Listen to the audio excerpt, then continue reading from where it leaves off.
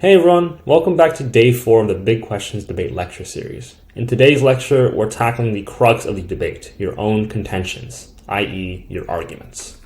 So, let's take a step back as we will in the abstract and consider the structure of a contention or an argument and then move on into a specific instance of a resolution to see how it plays out. Your contentions are your arguments. They make up the majority of your speech time for your case, as well as the majority of the time that you spend in round as you refute or defend your own or your opponent's contentions.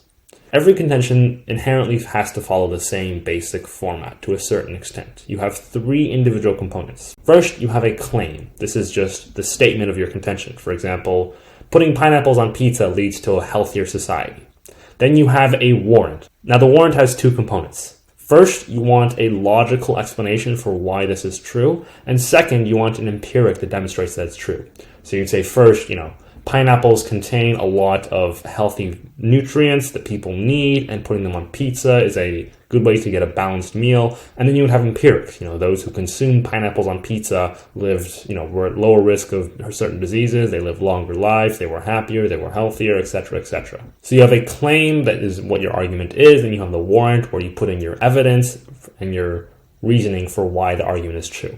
Lastly, you have your impact. Your impact centers on why the argument matters in the context of your framework and in the context of your resolution. So if we were debating, say, on balance, pineapple on pizza is good for society, then you would weigh health on society. Healthy people are more productive, they live longer, they're happier, they're less likely to cause violence, they're more likely to contribute to society overall. You would have maybe even evidence for this part, but your impacting is essentially explaining why your argument matters. Every contention can be reduced to these 3 basic components. Obviously, some components are going to be longer than others depending on the contention, but as you go about generating your own arguments, this is a good blueprint to stick with. Now, if you have several related ideas that you want to if you have several related ideas that don't merit their own full-on contentions, but still you want to state in your case, then you can use subpoints. Subpoints go under individual contentions, and they function to essentially extend the logic of the contention further. Let's take a look at a couple of examples. Let's use the resolution we've just been using. Resolved, on balance, societies benefit from religious beliefs and practice. Let's take a look at it from the neg side. So we're arguing that societies do not benefit from religious beliefs and practice. Well, one powerful contention that the neg can bring up centers on war. The claim is that religions cause and lengthen conflict, and then your warrant is twofold. First, you have the logical link, that is, sacred texts can be interpreted as approving of violence, and then you have empirics detailing the number of wars caused by religion, what people in religious wars think of the religious text and how it motivates their decision making, etc., etc. Then you have your impacts, where you talk about not only the body count of wars, but why wars are important. And here you can do some clever weighing where you talk about how, you can't have a functioning society if you're in a constant state of war and in a constant state of violence. Institutions don't work, charities, humanitarian organizations, none of that works if you're in a cycle of violence. And so the argument on war has to come before every other argument in the round. The impact explains why the argument matters and how you're winning off of it. Let's take a look at another example, which would incorporate subpoints into an overall contention.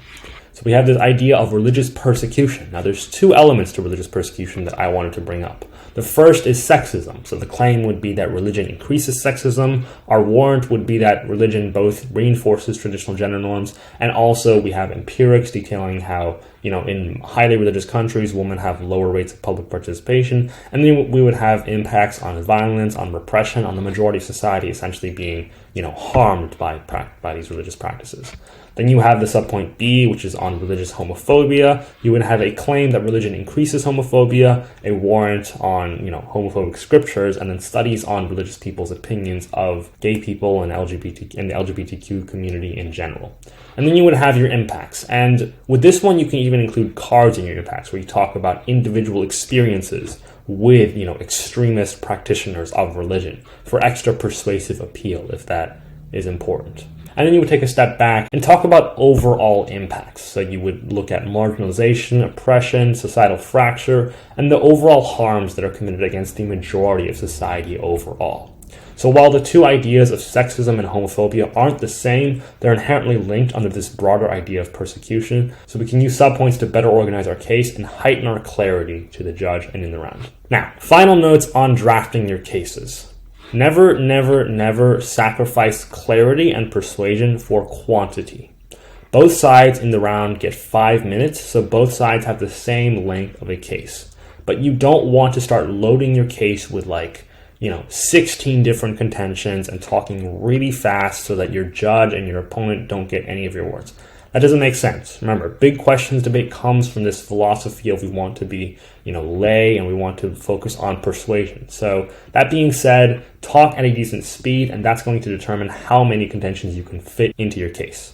Now, as a good rule of thumb, 2 to 3 contentions is generally a good amount, but it's going to vary based off of how long your contentions are, how much evidence you pack in, how hard you want to go with the impacts, etc., etc.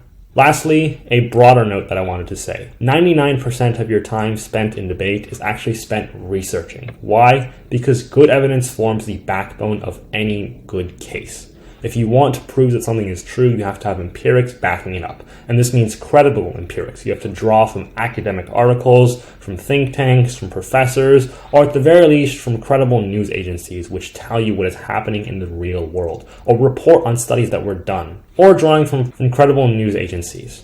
As an added bonus, it's good to know the methodology of the studies you pull from, or the individual philosophers that you're pulling from. Say a study was, a longitudinal study versus a cross-sectional study. Was a study, done as a individual one-off comparison, or was it a meta-study which drew scientific consensus from existing literature? These individual knowledge pieces, while they take up a decent amount of your time, come very clutch in round when your opponent brings up completely contradictory evidence, and you essentially have to explain to the judge why your evidence is correct and why your opponent's evidence is short-sighted, in addition to explaining the warrants as to why your argument is more true. All right, so with that, we've concluded the Big Questions Debate Basics lecture series. Happy debating, and I'll see you guys in the next series.